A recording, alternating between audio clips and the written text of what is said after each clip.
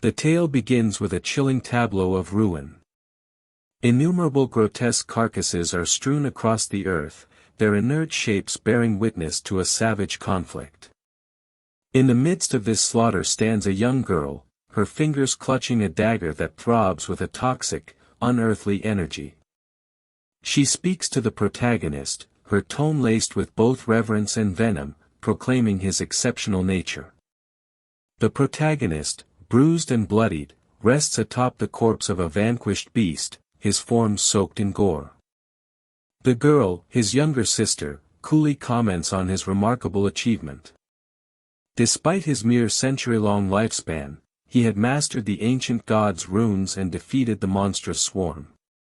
Yet she unveils her true motive: she has come to seize the artifact he battled so fiercely to secure, the Eye of Judgment.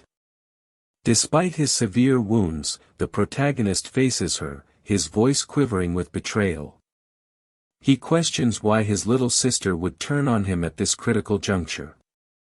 Her reply is frigid and scornful. She delivers a devastating truth: he is not her true sibling, but an adopted child. With a smirk, she rejects their familial tie, stating he has no claim to call himself her brother. As she speaks, a blond man, Fei, steps forward, his voice taunting yet composed. He reproaches the little sister for her cruel words, though his real motives are evident. He recognizes the protagonist's value, particularly his steadfast devotion to her, which they manipulated to obtain the Eye of Judgment. Song Fei discloses the extent of their treachery. The Soul Reaper dagger, wielded by the little sister, was crafted to siphon the protagonist's vitality, a scheme carefully devised to guarantee their triumph. The protagonist's anger flares as he recalls the sacrifices he made for his little sister. After their parents' death, he had assumed the role of her guardian, facing countless dangers and struggles, especially after the onset of the God's game.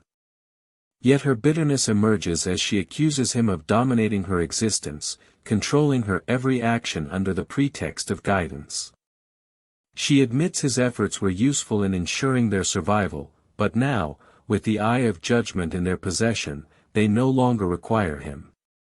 Her words are a final, brutal rejection of his years of loyalty. Fei, capitalizing on the moment, charges at the protagonist with his blade, urging him to embrace his fate with grace. He vows to look after the little sister. But the protagonist's rage peaks. He swears that even in death, he will never absolve them. Before he can act, however, Song Fei's sword strikes with deadly accuracy, cleaving the protagonist's neck in one ruthless stroke. As his awareness dims, the protagonist contemplates the world he departs, a world irrevocably changed by the God's game. In 2025, the obscure game of the deities had descended upon humankind, pulling unwitting souls into a nightmarish domain during their slumber. In this realm, life itself was the currency. Death demanded fragments of one's lifespan, while slaying beasts could replenish it. Players could draw abilities from the game, expending their vitality to unleash extraordinary powers. In the real world, the mighty could crush tanks with bare hands, slice through aircraft with blades, and even endure nuclear blasts. The world had plunged into disorder, with catastrophe spreading like wildfire. The protagonist had endured this harsh new reality, shielding his little sister through innumerable trials. He had fought his way to becoming one of the 100 most formidable individuals globally, surmounting impossible odds to reach the ruins of the ancient gods and claim the Eye of Judgment. He had been on the verge of attaining the apex of this new world, only to be betrayed by the one person he trusted most. His life's work, his sacrifices, had been reduced to naught, a mere tool for others' ambitions. As he lay dying, he vowed that if granted another chance, he would live for himself, not for others. Abruptly, the scene changes. The protagonist awakens in his bed, his body unscathed. Confused, he wonders if he has truly returned to reality. Glancing at his phone, he sees the date, 2025. The truth dawns on him. He has been reborn 9 years in the past, on the very day the gods' game began. Gazing out the window, he realizes this is his second chance, a moment to reshape his fate. The world outside remains oblivious to the impending cataclysm, but the protagonist knows the truth. This time, he will not be a puppet in someone else's scheme. This time, he will live for himself. Later, the calm of the protagonist's morning is shattered as the door flies open. His little sister storms in, her face red with fury. She yells, demanding to know why he hasn't answered her calls. The protagonist, seated calmly with a coffee mug in hand, remains silent, his face impassive. Unfazed by his silence, she vents her anger by knocking over a trash bin, its contents spilling across the floor. The protagonist observes her outburst with detached composure, his thoughts drifting to the events of his past life. He recalls that on the day the forgotten game of the gods arrived, he had a fierce argument with his little sister, one that had been simmering for a while. The root of their discord was none other than Fei, the celebrated idol who had captured his sister's heart. To her, Fei was a dazzling, untouchable star. But the protagonist knew the truth behind the polished veneer. Song Fei was a cunning rogue who exploited his fans, draining them of money and more. Determined to shield his little sister from Song Fei's ploys, the protagonist had forbidden her from associating with him. Yet his efforts to protect her had only deepened the rift between them. Instead of appreciation, he faced accusations of controlling her life and meddling in her decisions. Now, as his little sister continues her rant, she blames him for Song Fei's recent fall in the idol rankings, claiming it's because the protagonist refused to give her money to support him. Her words are a storm of entitlement and misplaced rage, but the protagonist has had enough.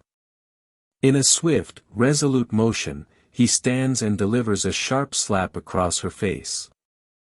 The force sends her staggering back, her eyes wide with disbelief. Tears brim in her eyes as she trembles, her voice shaking as she demands to know how he could dare strike her. The protagonist's gaze is icy and menacing as he speaks. He tells her he has neither the time nor the inclination to argue with her today. But if she persists with her relentless shouting, he won't hesitate to silence her himself. Reaching into his pocket, he pulls out a golden credit card and tosses it at her. He explains that this card holds all the money their parents left for her. Despite the hardships he has endured, he has never touched a single cent of it. But today, he chooses to give her everything, every last dime. As he turns to leave, he adds that for the sake of their parents, he won't argue with her or dictate how she spends the money. But she should listen carefully. From this day forward, he no longer considers her his little sister. With that, he walks away, shutting the door behind him, leaving her standing there, tears streaming down her face. Alone in his room, the protagonist reflects on the gravity of his choice. In his past life, he had sacrificed too much to protect his little sister from harm. There were countless hidden locations and treasures in the gods' game he had avoided because they were too perilous for her. He had forsaken opportunities for growth and power, all to keep her safe. But now, as he prepares to take sleeping pills to re-enter the game, he feels an odd sense of freedom. He wonders how far he can go without the burden of his little sister holding him back. This time, he vows to use the knowledge from his past life to surge ahead of everyone else, claiming the power and opportunities he had once abandoned. As for his little sister, he decides to let her prove her worth on her own. She will have to face the brutal realities of the world without his guidance or protection. And as for Fei, the man who orchestrated his betrayal and downfall in his past life, the protagonist's eyes darken with determination. He promises himself that he will kill S-Fei with his own hands, ensuring the manipulative idol pays for his crimes. The scene shifts to the protagonist standing in a vast, otherworldly expanse, a grand hall filled with towering mirrors that gleam with an ethereal light. He explains that this is the Hall of Profession Selection, a critical location where players choose their path in the God's game. In his past life, he had lingered here for hours, consumed by anxiety and indecision. But now, armed with the wisdom of his prior experiences, he moves with purpose and assurance. This time, he knows precisely what he needs. Reflecting on his past decisions, he recalls choosing the warrior class to protect his little sister. While the warrior class was far from feeble, it no longer aligns with his current ambitions. Without the need to safeguard someone else, he recognizes that speed and agility are paramount. With this in mind, he extends his hand toward one of the towering mirrors and selects the assassin class. As his fingers touch the glass, a brilliant blue light envelopes his hand, and a system window materializes before him. The system declares that the artifact, the Eye of Judgment, is already bound to him and will activate immediately. Behind him, a colossal otherworldly eye appears, its gaze piercing and all-seeing. Another system window emerges, revealing that the protagonist possesses unique attributes, the might of judgment and the passive of might. The system explains that these attributes grant him unparalleled advantages. Upon entering the God's game, he will automatically receive the highest quality profession and talents, setting him far above ordinary players. A smile crosses the protagonist's face as he marvels at the Eye of Judgment's power. He speculates that the artifact's bond with him has endured even through his rebirth. Could it be that the Eye of Judgment truly acknowledges him as its master? If so, it would render the artifact useless to anyone else, even if they tried to steal it, as S-Fei and his little sister had done in his past life. He even wonders if the Eye of Judgment was responsible for his rebirth, granting him this second chance to rewrite his destiny. Suddenly, a dark, swirling aura begins to seep into his body, catching him off guard. The system congratulates him, announcing that he has unlocked a hidden profession. The class transfer process begins, and the dark aura engulfs him entirely. When it dissipates, the protagonist emerges transformed. His once dark hair is now stark white, and an overwhelming aura radiates from him, signaling his newfound power. The system informs him that he has become a shadow, a high-level hidden assassin class far superior to the warrior class he had chosen in his past life. The protagonist explains that the shadow class grants immense power immediately upon unlocking it, making it a rare and coveted profession. He touches his face, reflecting on the incredible luck, or perhaps fate, that led him to this moment. When selecting a profession, there is always a slim chance of obtaining a hidden class. Thanks to his authority of judgment skill, that slim chance has become a certainty. The system then details some of the abilities granted by the Eye of Judgment. The first is the authority of judgment, described as the most ancient and primordial authority in the universe. It transcends the rules and order that govern reality itself. However, the system clarifies that the protagonist, lacking divinity, cannot actively wield its full power. Still, its passive effects remain active, providing him with an extraordinary edge. The protagonist is visibly taken aback by this discovery. In his previous life, it wasn't until the 7th year of the God's game that humanity uncovered the existence of the power of order, when a formidable individual escaped the game's confines and reached the land of order, unveiling this supreme force. Yet, despite relentless efforts, no one had ever succeeded in claiming it. Now, the protagonist grasps that he wields the primal authority that negates rules and order, a power capable of reshaping reality itself. With a resolute look, he recognizes that his ambitions have grown beyond mere vengeance. If he can break free from the gods' game and reach the land of order, attaining divinity in the process, he will unlock the full potential of the authority of judgment. Abruptly, a system screen materializes before him, its glowing text prompting him to choose a codename for the game. After a brief moment of reflection, he settles on a name that embodies his transformed identity, Shadow. It feels apt, he muses, as his profession was forged in the heart of darkness. Upon confirming the name, the system registers it, and a dark aura swirls around him. The system declares that he is about to enter the game world, Earth, abandoned by gods. It describes the bleak nature of this realm, a desolate land overrun by relentless monsters that wreak havoc at every turn. It cautions him to proceed with care, as these creatures are merciless and will stop at nothing to tear him apart and steal his life force. The system elaborates that once he ventures beyond the safety of the starter town and begins defeating monsters, he will earn tradable life, a precious commodity. However, death in the game carries a heavy penalty. Should he fall, half of his life, both tradable and non-tradable, will be forfeited. The stakes are immense, but the protagonist remains steadfast. The scene transitions to his arrival in the starter village, known as Shell Town. The system explains that this is a peace zone, a haven where monsters cannot infiltrate, and players are prohibited from attacking each other. Here, the life loss rate is minimal, set at 1x.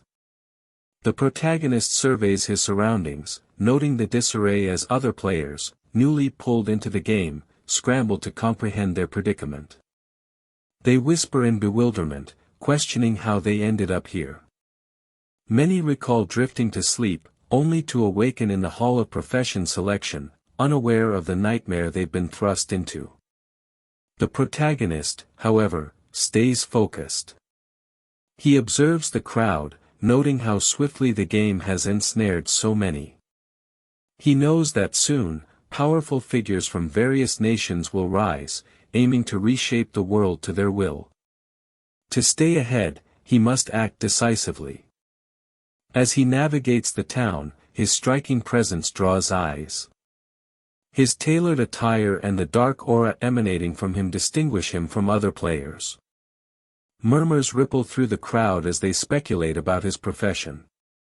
One player, an assassin like him, recognizes the dagger at his side but is perplexed by the stark contrast in their appearances. While the other assassin bears no notable aura, the protagonist radiates power and enigma. The difference is unmistakable, fueling the curiosity of those around him. As the protagonist approaches the outskirts of Shell Town, a group of players respawns before him, their faces pale and rattled.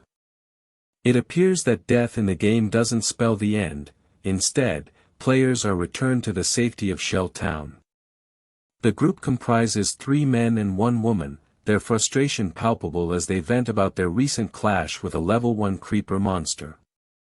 One man bemoans how a single bite from the creature slashed his life by half, while another grumbles that their collective efforts only shaved off a third of the monster's health. The third man is visibly shaken, his life now halved and his confidence in tatters. They turn to the woman, seemingly their leader, seeking direction on their next move. Before she can reply, her gaze locks onto the protagonist. He, in turn, studies her keenly. Unlike the others, she wields a longbow rather than the standard short bow issued to archers. This detail catches his attention, and he infers that she likely possesses a hidden profession, a rare and potent advantage. Intrigued by the protagonist's commanding presence and unique attire, the woman approaches him with a proposition. She suggests they join forces, arguing that the monsters outside are too formidable for any lone player to tackle. Her group, having already faced a monster, albeit unsuccessfully, has some experience to offer. The protagonist, however, suppresses an inward laugh at her logic. The only experience this group has, he thinks, is dying. Courteously but firmly, he declines her offer, stating his preference to work solo. His refusal stuns the woman, and the men in her group begin muttering among themselves. They question his audacity, wondering how anyone could believe they could face the monsters alone when even 4 of them failed. Despite their doubts, the woman senses there's more to the protagonist than meets the eye. Determined to uncover his secrets, she decides to check his status window. Her eyes widen as she reads his codename, Shadow. She scoffs at what she perceives as arrogance, but can't shake the feeling that he's concealing something significant. Turning to her team, she declares they will trail the protagonist and observe his abilities. Perhaps, she muses, he has uncovered valuable insights about the monsters that he's keeping to himself. With a sly grin, she adds that she's eager to see how he performs, or how he falls. As the protagonist strides confidently toward Shell Town's exit, the blonde woman and her companions follow at a distance, their movements cautious and deliberate. They take cover behind a tree, their eyes fixed on his departing figure. The blonde woman, her voice edged with irritation, mutters to her team about the strangeness and peril of this godforsaken world. She admits she doesn't fully grasp why they were dragged into this nightmare, but as a seasoned online gamer, she had quickly assembled a team to face the challenges ahead. Yet even with her expertise, she hadn't anticipated how brutally the game would crush them.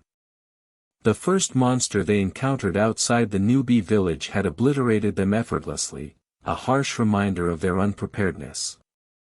She concludes that such a monster is far beyond the capabilities of any level 1 player. The 2 men in her team, meanwhile, speculate about the protagonist. One, an assassin like him, highlights the stark differences between them. While he wields a standard dagger, the protagonist carries a short sword, a weapon that exudes lethality. The assassin also notes that the protagonist's speed is noticeably swifter, and his attire is unlike anything they've seen, custom-crafted and radiating power. The blonde woman, taking in these observations, can't shake the sense that the protagonist is an outlier. She quietly resolves to follow him, hoping to glean insights that could give her team an edge. But just as she's about to signal her team to move closer, the protagonist halts and glances over his shoulder. The blonde woman freezes, her heart racing as she wonders if he spotted them. Before she can react, the protagonist activates a skill, Latent Image. A dark aura envelopes his body, and in an instant, he vanishes as if he had never been there. The group stares in stunned silence, their minds grappling with what they've just witnessed. The assassin in their team is the first to recover, explaining that the protagonist must have used the stealth ability, a basic skill for assassins. Yet he admits that the protagonist's version of the skill is far more impressive than anything he's seen. The blonde woman, shaken but resolute, decides that pursuing the protagonist is no longer viable. She suggests they retreat to the safety of the starter town to regroup and explore other paths for leveling up. She reminds her team that venturing outside the newbie village is far too dangerous, especially since their lifespans have already been halved after their first death. The men agree, speculating that the town might hold hidden rewards like treasure chests or NPCs with valuable information. They cling to the hope that there's still a way to grow stronger without further risking their lives. Meanwhile, the system provides an explanation of the skill the protagonist used. Latent Image allows the user to enter an invisible state, rendering them undetectable to both enemies and allies. While invisible, the user's first strike after breaking stealth is significantly more powerful. Additionally, the invisibility mastery skill doubles the duration of the invisibility and increases the user's stealth level by 1. The protagonist himself is pleasantly surprised by the potency of his shadow class abilities. Unlike ordinary assassins, whose stealth can be easily detected at level 1, his unique skills ensure that neither players nor monsters can sense his presence in the game's early stages. As he moves away from the blonde woman and her team, the protagonist dismisses them as naive novices. He knows the starter town offers no shortcuts to power, it's merely a refuge for players, a temporary sanctuary in a world where the weak are prey for monsters. His focus remains unshaken as he continues his journey. His invisibility eventually fades, and he notes that while the skill's duration is brief, its cooldown begins the moment it's activated, allowing him to vanish again in seconds. A system screen materializes before him, displaying his current status. His codename, Shadow, and his profession, Shadow, are prominently shown. At level 1, he possesses a non-tradable lifespan of 75 years and a tradable lifespan of 0 years.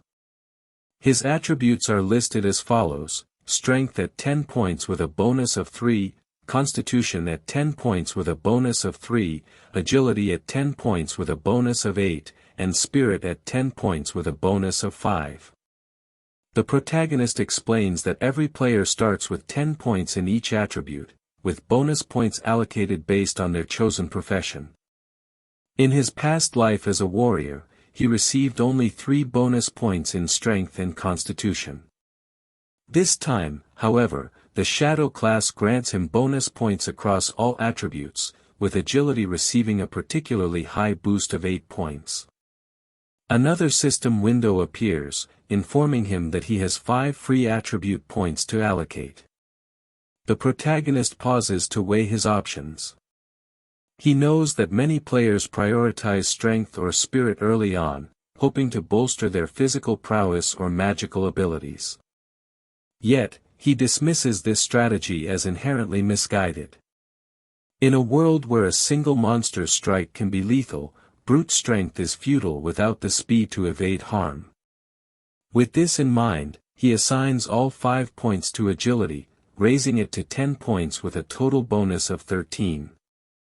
The system validates the allocation, and the protagonist feels a rush of contentment.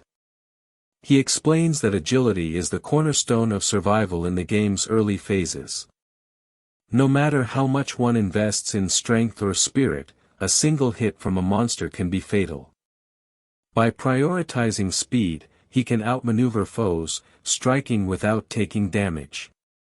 As the protagonist advances, his keen senses detect a faint, guttural sound. He halts, his eyes narrowing as he surveys the area. There, concealed in the shadows, lurks a grotesque creature, a level 1 creeper, labeled as normal grade by the system. Its distorted form and eerie noises send a shiver through the air, but the protagonist remains composed. He recognizes this creature as the one that obliterated the blonde girl's team earlier. Its body bears the marks of their desperate struggle, scars indicating they managed to inflict some damage before being overwhelmed. The creeper, sensing the protagonist's presence, charges with a guttural growl. Unfazed, the protagonist sidesteps the assault with seamless elegance, his movements smooth and precise. As he dodges, he explains that creepers are infamous for their ravenous hunger for life force. When they kill a player, they absorb their victim's lifespan, using it to grow stronger and evolve. The wounds on this creeper's body are proof of the blonde girl's team's valiant but futile resistance. With a flick of his wrist, the protagonist unsheathes his short sword. A dark aura begins to radiate from him, his eyes glowing a fierce red as he activates his latent image skill. In an instant, he vanishes, leaving the creeper confused and disoriented. The monster snarls, its head whipping around as it searches for its unseen prey. Unbeknownst to it, the protagonist is already above, poised to strike. He deactivates his stealth as he descends, his blade cutting through the air with deadly accuracy. This technique, known as break the stealth, leverages the amplified attack power of latent image to deliver a crushing blow. The system promptly confirms the attack's success, displaying a damage output of 174 points. The level 1 creeper collapses, its lifeless form dissolving into energy. The protagonist earns 10 experience points, but even he is momentarily stunned by the sheer scale of the damage. He had anticipated a strong hit, but this devastation surpassed his expectations. The system clarifies that his backstab skill was pivotal. When striking an enemy outside their field of vision, the damage is doubled, transforming the protagonist into a lethal predator. As he processes the implications of this skill, memories of his past life flood back. He recalls the arduous battles he endured as a warrior, where a critical hit dealt only 40 points of damage. Defeating a single creeper had been a grueling ordeal, leaving him battered and drained. Back then, his priority was protecting his little sister, sacrificing his own progress to ensure her safety. He had given her the bulk of the rewards, leaving himself perpetually underpowered. But now, things are different. This time, he fights for himself, and the results are undeniable. The system notifies him of his rewards: 3 days of tradable life and an astonishing 54 years and 155 days of non-tradable life. The protagonist crushes the monster's energy in his hand, relishing the surge of power. But the rewards continue. Another system window appears, announcing that the authority of judgment has been activated. The system congratulates him on acquiring the talent Infinite Evolution, a rare and potent ability. This talent allows him to earn evolution points by slaying monsters in solo mode, which can be used to enhance his skills. Additionally, he will automatically receive 5 evolution points every 24 hours, with the potential to earn 100% of the evolution points from solo boss kills. Currently, he has 5 evolution points. As the protagonist absorbs the system's information, a thought strikes him: could the infinite evolution skill upgrade his existing abilities? In his past life, such a concept was unthinkable. Whether it was gear or a skill book, no matter the grade of an item dropped by a monster, it remained fixed at its original level. That was the game's established rule. Yet, infinite evolution defies those constraints, transcending the limits of order. The potential of this ability sparks his curiosity, and he eagerly decides to test its boundaries. He selects 2 of his current skills, backstab and his profession, shadow, for evolution. The moment he confirms his choice, a system notification appears, confirming the consumption of 4 evolution points and a successful enhancement of his abilities. The first upgrade is to his shadow profession, now elevated to a bronze tier skill. The improvements are remarkable. He can now remain in stealth mode for 12 to 16 seconds, staying completely invisible even while attacking. Moreover, the attack power of the strike that breaks invisibility has increased from 60 to 80, and the cooldown has been reduced from 28 to 26 seconds. Next, his backstab skill advances from poor to normal quality. Its passive effect now boosts damage by 15% when striking from behind or outside an enemy's field of vision, up from the previous 10%. Realizing the scope of these upgrades, he notes that his latent image skill's duration has increased to 16 seconds. When combined with the invisibility mastery effect, it effectively doubles to 32 seconds, enabling near-perpetual stealth. He muses that if he had obtained this enhancement earlier, even a full health creeper could have been felled in a single strike. His thoughts are abruptly interrupted by a mocking voice, ridiculing the idea of someone as lean as him defeating a monster alone. Turning toward the sound, he sees 2 figures, a burly man trying to impress a girl. The girl addresses him as Ganji, lavishing him with praise and confidently declaring that with his physique, he could easily handle at least 10 monsters at once. Ganji laughs, assuring her she has nothing to fear with him by her side. Observing their exchange, the protagonist senses something is off. A shadow looms above them, and he spots a massive spider-like creature perched atop the tree where Ganji and the girl stand, oblivious to the looming threat. Ganji turns to the protagonist and offers to let him join their group, promising protection. But the protagonist is already in motion, identifying the creature as a nurse. Without hesitation, he activates his latent image skill and vanishes into invisibility. The girl gasps, pointing out the protagonist's sudden disappearance. Ganji dismisses it with a smug chuckle, claiming the weakling must have been intimidated by his strength. But his arrogance is short-lived. Before he can react, the massive spider descends, followed by a smaller spider. By the time Ganji registers the danger, it's too late. The creatures strike, crushing him and the girl instantly. The system identifies the assailant, the nurse, a level 1 bronze rarity boss, accompanied by a baby spider, a level 1 common rarity creature. Nearby, still cloaked in invisibility, the protagonist calmly evaluates the situation. The nurse is a formidable adversary with roughly 1,600 health points, far beyond a novice's capability, especially since it commands a swarm of smaller spiders. Yet, he sees this as an ideal chance to test his enhanced skills. Without pause, he lunges at the nurse, executing a strike designed to break his invisibility and maximize damage. His blade connects, and the nurse recoils, blood gushing from the wound. In retaliation, the creature lashes out with a fierce attack, but the protagonist deftly slides beneath its legs, reactivating latent image to vanish once more. A system notification confirms he inflicted 338 points of damage, a significant hit, but still insufficient against such a powerful foe.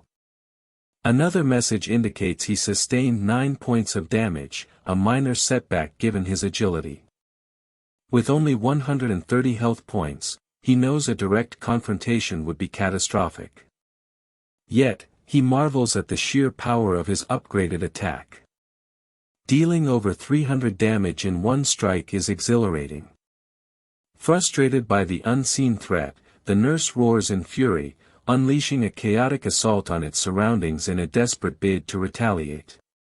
The protagonist observes, aware that these creatures are not mindless, they adapt and counterattack. The battle is far from over, but he is eager to discover the limits of his newfound strength. He quickly realizes the nurse's wild attacks make direct engagement too risky, especially with the baby spider on high alert. Instead, he opts for a new tactic. As the nurse prepares to flee, launching its web to escape, a high-speed rock strikes its abdomen, tearing a gaping hole. A system notification confirms the attack dealt 299 points of damage.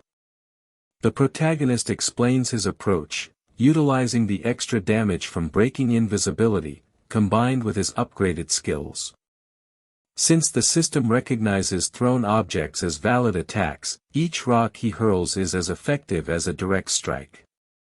He launches another rock, confident that once latent image's cooldown resets, he can repeat the cycle indefinitely. The system soon confirms another hit, 279 points of damage. Using this strategy repeatedly, he steadily weakens the nurse. Before long, an announcement echoes across Shell Town. The leaderboard has been updated. The system proclaims that a player named Shadow has defeated the nurse, a bronze-rank monster, becoming the first to reach level 2.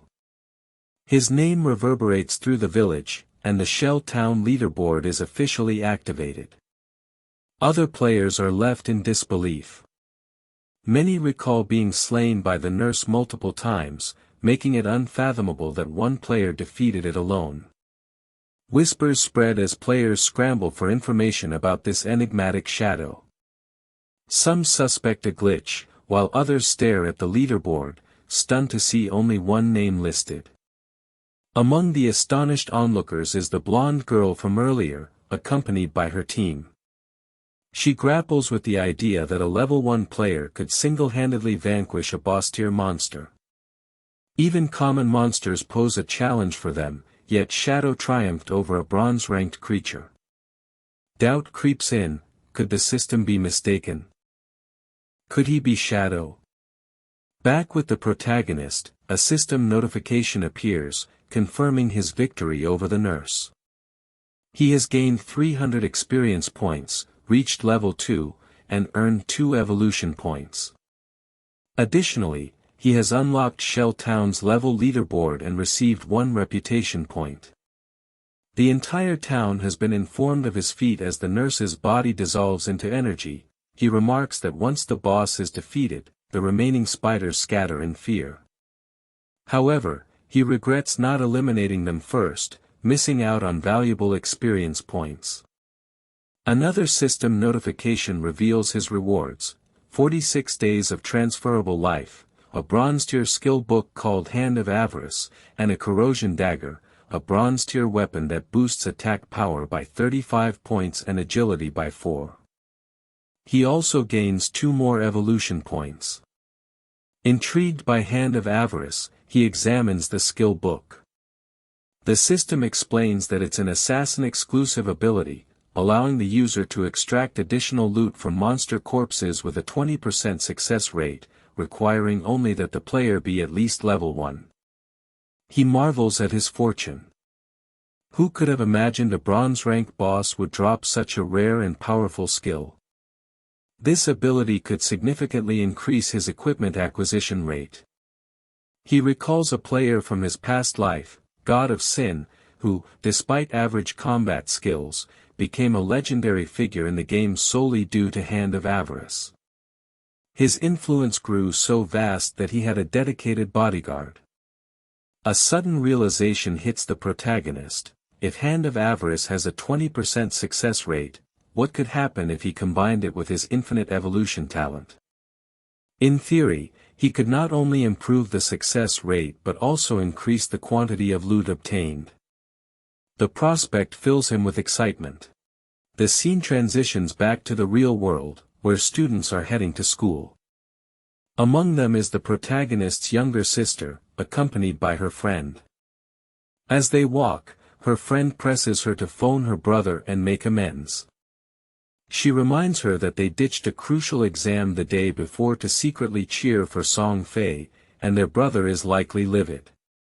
The younger sister brushes it off, claiming she's done nothing wrong and sees no need to say sorry. In her view, her brother's meddling caused them to miss Song Fei's appearance, so if anyone owes an apology, it's him. Her friend tries to reason, noting how kind her brother has always been and confessing her envy for such a devoted sibling.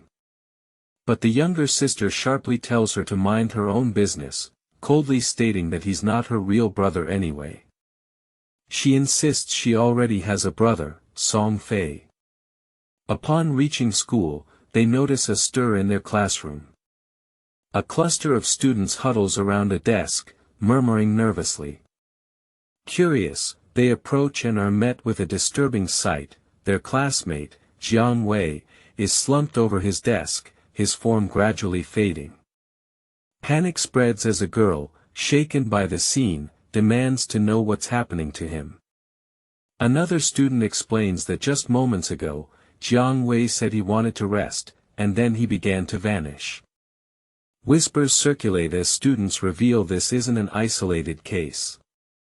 Social media is buzzing with reports of similar incidents globally, people falling asleep and becoming translucent, with no clear explanation. Fear takes hold as one girl frantically pulls out her phone to warn her parents.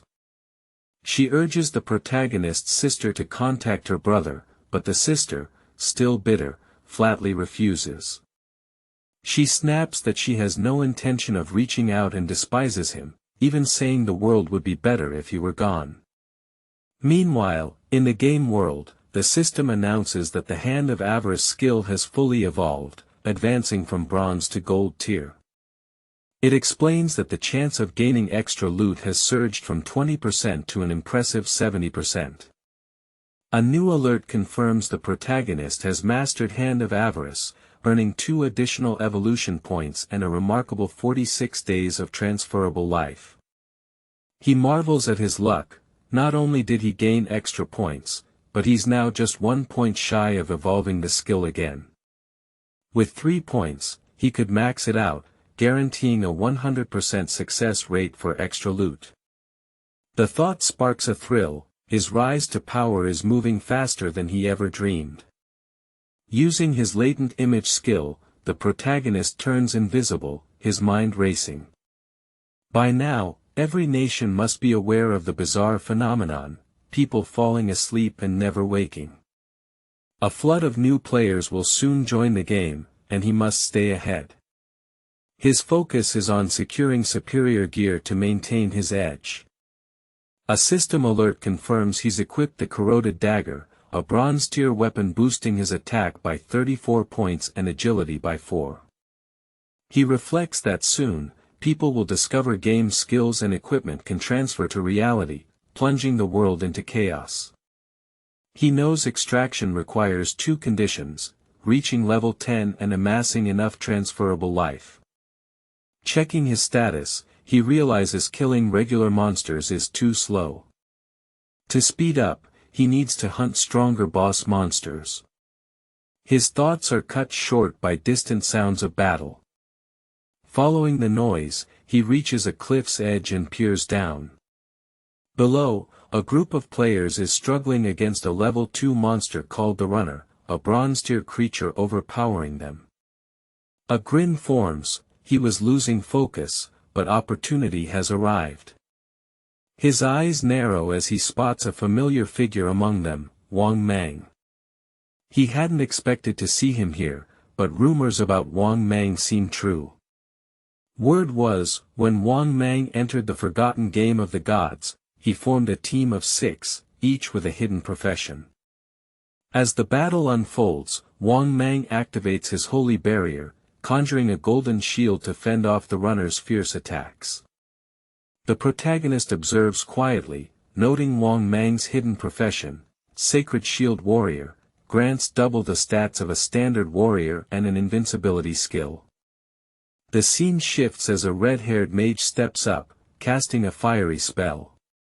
The fireball hits the runner, dealing only 70 points of damage.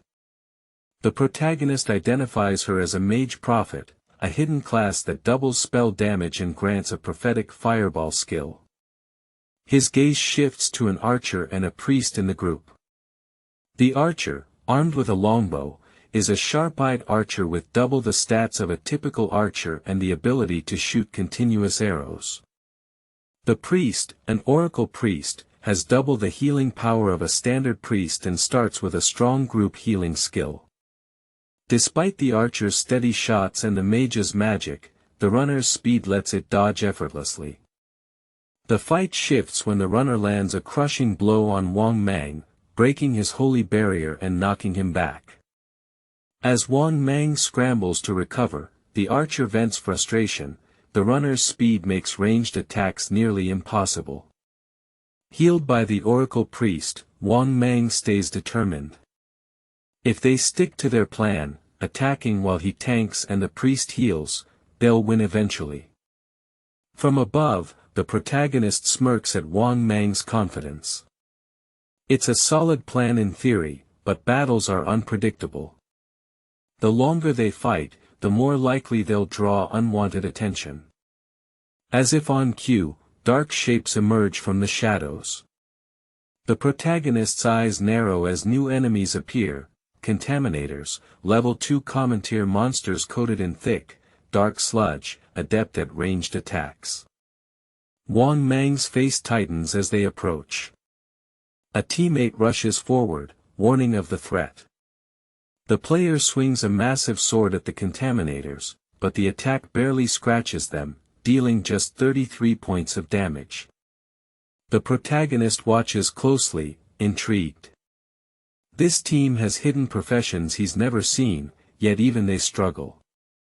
As a contaminator retaliates, it spews sticky, mud-like sludge, trapping the players. Wang Mang's team recoils, gagging at the foul smell. Immobilized, their movement speed drops to 0. Another contaminator chases the red-haired mage, who runs desperately, shouting for help. In that moment, the protagonist acts. Vanishing from the hilltop, he reappears instants later, decapitating the pursuing monster with one strike. Wang Mang's team freezes, stunned.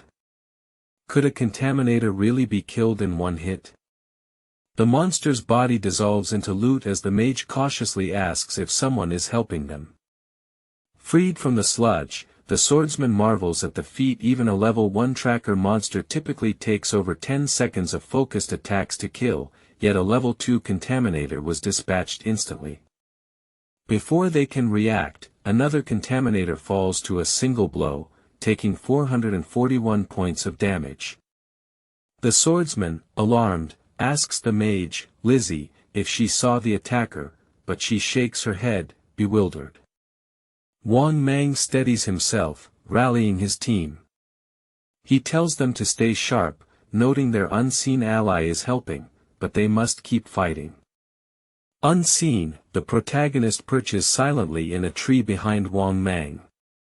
As the team refocuses on the runner, Wang Mang remarks that with the contaminators gone, the runner is their sole target. A system screen appears before the protagonist, confirming he's killed 2 level 2 contaminators, earning 40 experience points and 1 evolution point. He's also gained a skill book, Poison Dart, a standard assassin skill, and 8 days of transferable life. Studying the screen, he considers Poison Dart, a mid to long-range attack that deals continuous damage, perfect for an assassin. He evolves it immediately. A new screen displays Poison Dart's upgraded stats, now silver rank. The system outlines its improvements. It can be thrown up to 14 meters, dealing 120 base damage on impact and instantly poisoning the target for 50% continuous damage per second for 5 seconds. The effect doesn't stack, but with a 5-second cooldown and a level 2 requirement, it's potent. The protagonist grins. With this skill, he can debilitate foes before they know what's coming. The battle for Wang Mang spirals into a nightmare. The runner monster overpowers him completely, its speed and strength far surpassing his own. As he lifts his shield to defend, the creature's claws rip into his side, slicing through flesh with ruthless precision. Before he can recover, the beast strikes again, its talons digging deeper, hoisting him off the ground like a limp doll. His shield clatters to the dirt, and a scream of pain escapes his lips. His teammates stand frozen in horror as the healer rushes forward, desperately trying to close his wounds, but the magic fails, useless with the monster's claws still buried in his flesh. Blood trickles from Wang Mang's mouth as he gathers the strength to shout for his team to run. But before they can move, a high-speed projectile tears through the air, smashing into the monster's face with devastating force. The blow alone deals a staggering 845 points of damage, making the beast stagger in agony. Wang Mang's teammates gape in disbelief as the boss monster's health plummets by half in seconds, yet the attack isn't finished. Blood gushes from the wound, a relentless torrent that saps the creature's strength further. It convulses wildly, finally releasing Wang Mang's battered body, which crumples to the ground. Desperate to survive, he claws his way towards safety, but the monster wails, its condition deteriorating rapidly, its health draining at a steady 324 points per second until it finally collapses, succumbing to the unyielding damage. At that moment, a system screen appears before the protagonist, detailing the results of his strike. His attack accounted for over 90% of the boss monster's total health, claiming full rights to the loot. The system confirms his triumph, declaring he has defeated a runner boss, a bronze-level creature, earning him 600 experience points. A second notification congratulates him on reaching level 3, granting 2 evolution points and 55 days of transferable life. Standing with an air of calm dominance, the protagonist evaluates the outcome. He hadn't anticipated the poison dart's continuous damage syncing so perfectly with his break invisibility skill and class mechanics. The realization hits: by combining his stealth, he can stay hidden indefinitely, launching poison darts without end. This tactic makes him an unstoppable force in both early and mid-game stages, ensuring no monster can withstand him. Meanwhile, Wang Mang, still reeling, watches the boss monster dissolve into loot before his eyes. The pain of being impaled was so visceral, so disturbingly real, that for a moment he questions if this is truly a game. His dazed thoughts are cut short when the loot vanishes instantly, snatched away in a flash.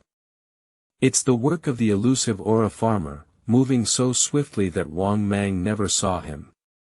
Struggling to stand, Wang Mang bows his head in gratitude. "I don't know who saved us," he admits, "but I'm grateful." From the shadows, the protagonist's voice echoes, concealing his identity. "Don't be so quick to trust others," he cautions, especially in a place like this. Wang Mang nods, taking the advice to heart. "I understand. Thank you for the warning," he responds. "I won't interrupt while you sort your loot. My name's Wang Mang. If you ever need assistance, just ask." His surviving teammates, meanwhile, cling to one another in relief, overwhelmed by their survival of such a grueling ordeal. Back with the protagonist, he stands quietly, clutching the loot orb, plotting his next step. He recognizes Wang Mang's value, not just as a skilled and dependable ally but as someone backed by Desha, making him well-connected and wealthy. This sparks an idea: he needs a reliable channel to sell off excess gear and items he doesn't need. Activating Hand of Avarice on the loot, a system notification appears, confirming he's gained 3 evolution points and an additional 55 days of transferable life. Alongside these, he's acquired a bronze-tier item, Runner's Leather Leggings. The system outlines its perks. Equipping it boosts physical defense by 9 points, increases all elemental resistances by 5 points, and enhances cooldown speed by 15%. The only requirement is level 2, which he's already exceeded. Assessing his inventory, he notes his haul has been impressive, brimming with equipment for various classes. He decides that once his backpack is full, he'll return to Shell Town to trade surplus gear for more transferable life. With a cold, calculated gaze, he acknowledges that his growth rate far outpaces his past life's progress. A sinister smirk crosses his lips as he murmurs to himself that Song Fei will soon face a reckoning. The scene shifts to a group of struggling players fighting contaminators and runner-type monsters. Their situation is bleak, the creatures overwhelming them. One player, seeing no escape, urges his comrades to flee as more monsters close in. But before they can act, they freeze in terror. A massive, grotesque figure looms before them, its horrifying presence radiating menace. Before they can react, the creature attacks, parts of its body shooting out like arrows, piercing the players with merciless speed, killing them instantly. Moments later, they reappear in Shell Town, forcibly respawned. Frustration erupts as they curse their fate, railing against the game's unfairness. They question why monsters always swarm in relentless groups and retreat just as their health drops, displaying an unsettling intelligence. One respawned player voices a critical concern: how can they escape the game if they can't even reach level 3? Another explains the harsh truth: exiting requires reaching level 3, so they must level up quickly. One suggests forming a larger group, perhaps 6 to 10 players, for better progress. But another dismisses it, recalling a group of 10 slaughtered by a monster horde. A third player warns that a team too large could draw boss monsters, recounting a chilling story of a group of 40 players accidentally summoning a boss called the Damned, which obliterated 30 of them with one devastating skill. Elsewhere, a blonde girl and her team respawn in Shell Town, their faces etched with frustration and fear. If they can't reach level 3, they'll be trapped in the game forever. The blonde girl clenches her fists, her teeth gritted, as she voices her growing despair. She speculates that since they entered the game after falling asleep, only their consciousnesses are here. If they can't escape, their real-world bodies will eventually starve. The thought sends a chill through her.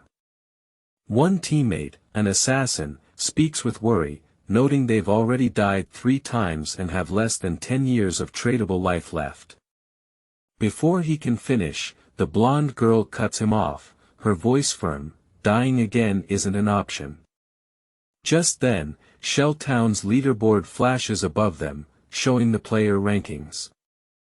Their eyes widen in shock.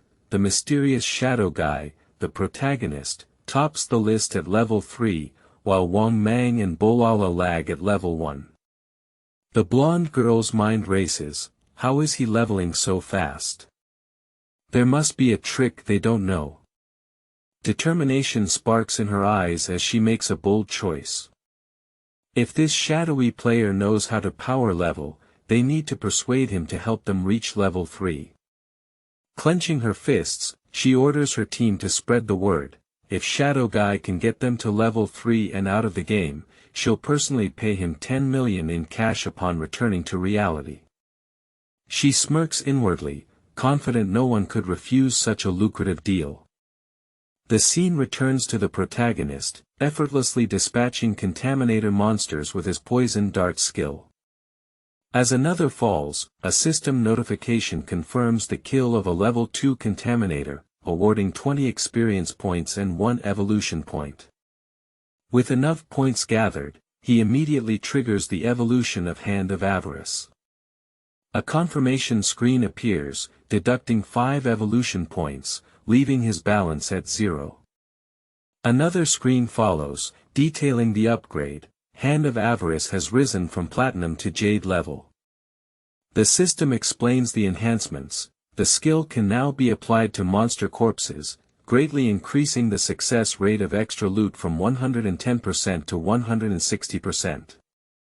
Additionally, there's a 20% chance the extra loot's rarity will increase by 1 level. Evaluating the upgrade, the protagonist recognizes its immense potential. A skill that boosts loot rarity is incredibly valuable, and if this trend continues, its power could grow even further. His thoughts are interrupted by a menacing presence in the distance. A towering, grotesque figure looms, the same creature that annihilated a group of players. The system identifies it as a bronze-level boss, the Damned. It's hunched over, greedily consuming clusters of blue glowing energy, remnants of fallen players. The protagonist quickly deduces it's evolving, feeding on life energy to become a silver-level boss. Based on the glowing remnants, it must have killed at least 40 players. A glance at his inventory reveals a problem. His backpack is full. Even if he defeats the monster, he can't carry the loot. This calls for a strategic approach. After considering his options, he marks the location on his map. The monster's evolution will take time, giving him a window to head to Shell Town, unload excess items, and return to face it. With his plan set, he activates Elite Shadow skill, vanishing into the darkness. The scene shifts to Shell Town, where players are stunned by a bold proclamation.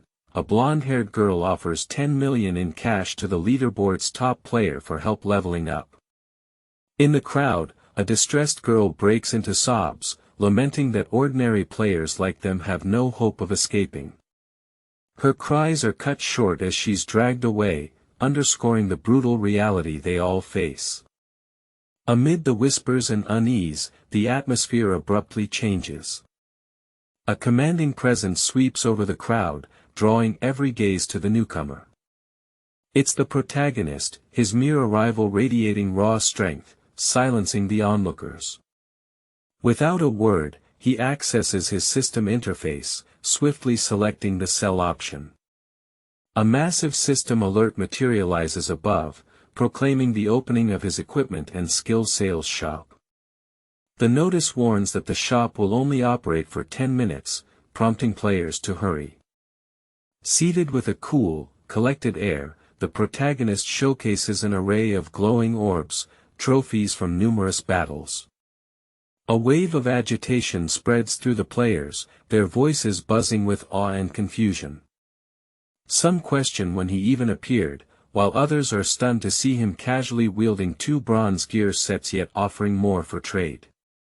Then it dawns on them as they check his username: this is Shadow, the renowned top-ranked player. Yet, despite his fame, his face remains hidden, a mystery clarified by the game's hide face feature. One player remarks that since in-game avatars reflect real-world appearances, the protagonist must be intentionally masking his identity. Cutting through the chatter, a woman steps forward. Her attire and build mark her as a mage. She boldly asks about the cost of the ice cone spell. The protagonist replies curtly, "It's 100 days of tradable life." Inwardly, he identifies her as Grey Rose, ranked 11th on Shell Town's leaderboard, also using the hide face function. Grey Rose pauses, then tries to haggle, arguing that 100 days is too high and urging him to lower it. The protagonist stands firm, explaining that Ice Cone is a core mage skill, greatly enhancing early-game monster-killing efficiency. At 100 days of tradable life, it's a steal. She asks if he'd accept real-world currency, but he declines, advising her to buy tradable life from others and return when she has enough. After a brief moment of thought, Grey Rose consults her 2 teammates, who readily back her. They credit their quick rise to level 2 to her leadership and agree to pool their resources. One teammate notes that Ice Cone would speed their path to level 3, letting them return to reality sooner, crucial for those with urgent real-world obligations. Without further delay, Grey Rose directs her teammates to transfer their tradable life to her, vowing to repay them in cash once they escape. Facing the protagonist again, she transfers 100 days of tradable life, confirming her purchase of the Ice Cone spell. The protagonist quickly sizes up the situation, reasoning that a level 2 team reaching this point likely killed 30 to 40 tracker monsters, meaning their collective tradable life far exceeds 100 days. The system validates the deal, announcing that the protagonist has sold the Ice Cone spell, gaining 100 days of tradable life, raising his total from 268 to 368 days. As Grey Rose turns to leave, a familiar figure interrupts. The blonde girl from before hurries toward him, her expression smug with confidence. With an air of arrogance, she announces she's finally tracked him down. Grinning, she offers a deal: if he helps her reach level 3, she'll pay him 10 million in cash back in reality. Nearby players gasp, murmuring about the rumors being true. A chance to earn 10 million so easily seems unbelievable. She brags about her status, claiming her father is the head of Zhang Industries, assuring him she can pay. The protagonist, unmoved, analyzes the situation.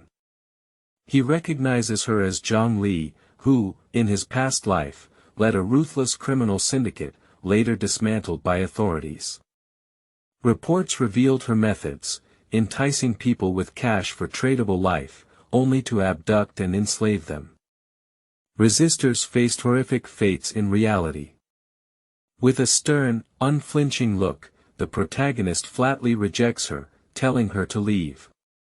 Chen Kaili freezes, stunned that anyone would refuse such a lucrative offer. Frustration flashes across her face as she warns that, despite his in-game power, no one fully grasps the situation.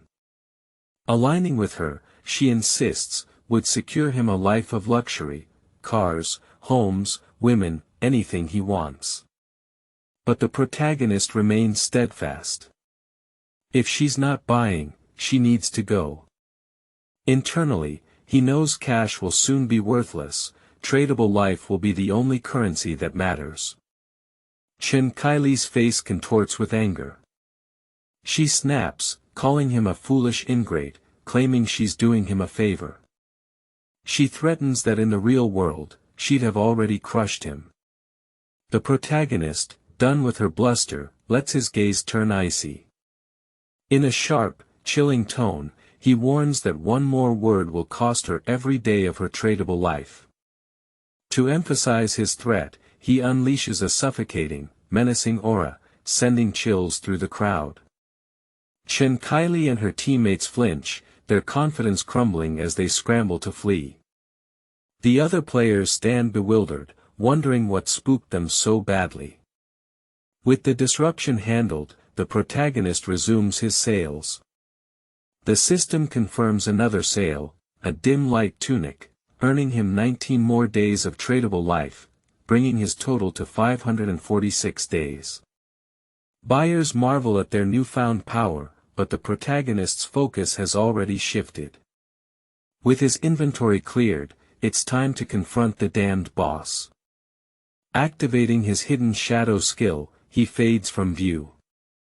As he vanishes, he reflects on the player's ignorance.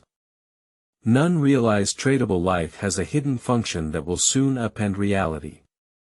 They don't know this forgotten game of the gods is about to reshape the world's order. As players stare in disbelief, questioning their eyes, the protagonist silently vows, the legacies they cling to will soon mean nothing. In the coming era, only raw power will matter, and those who don't adapt will be left behind in a new world's ashes. The scene shifts to the blonde girl and her team, panting from their frantic escape. She fumes, declaring that Shadow not only rejected her but threatened her. She swears that once she's back in reality, she'll find and destroy him.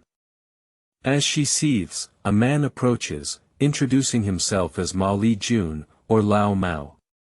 He says he's level 2 and knows tricks to level up in the game. He asks to take the offer Shadow declined, 10 million to help her team reach level 3. Suspicious, the blonde girl asks what tricks he means. Lao Mao says he usually keeps his methods secret but will make an exception for her. He explains that to level up fast, they must allocate all 5 attribute points to agility. This boosts running speed slightly above monsters, allowing victories without taking damage. The blonde girl's eyes widen, inwardly cursing her mistake of investing all points in strength. She accepts Lao Mao's proposal but, noting he's not as strong as Shadow, offers only 5 million in cash. She asks if he agrees, and Lao Mao consents, remarking that while Shadow is powerful, rejecting such a sum suggests mental instability. The scene shifts to the protagonist, arriving at the marked map location. Still stealthed, he notes the damned has reached silver rank, its body shrouded in gray fog, signaling ongoing evolution. Activating Poison Dart, he explains that evolving from silver to gold takes 7 or 8 hours, but unwilling to wait, he fires at the damned, landing a stealth strike for 659 points of damage. The poison then drains 219 points per second. Leaping toward the monster, he activates Lighten Image, noting a silver boss's health is 2 to 3 times a bronze's. Suddenly, the monster gathers massive magical energy in its hands, swelling larger. The protagonist reasons that 2 or 3 more poison dart strikes will finish it. But the monster unleashes its attack, devastating the surroundings. He explains that the damned, a magic-type boss, uses area of effect skills that deal heavy damage. After firing Poison Dart, he retreated, barely escaping the attack's range. Still invisible, he notes that with his current health and defense, a direct hit would kill him. As the fight intensifies, the monster charges another massive attack, turning toward the protagonist. He stays calm, maneuvering across the battlefield, monitoring his cooldown timer. Hidden Shadow remains unavailable, so he waits for the boss's vulnerability. The plan: strike precisely at the right moment and vanish before retaliation. Soon, the monster stumbles, distracted. Seizing the chance, the protagonist charges, landing a poison dart for 659 points. The poison activates, sapping 219 points per second. Sensing danger, the boss tries to flee, but the protagonist pursues, his gaze cold and calculated. The monster's desperate escape is futile, surrender would have been easier. In a swift blur, the protagonist reappears atop the monster's head, slamming it into the ground. The system confirms his victory, the damned, a silver-ranked boss, is slain. Notifications flood in, 1,800 experience points, leveling him from 3 to 5, plus 4 evolution points and 124 days of tradable life.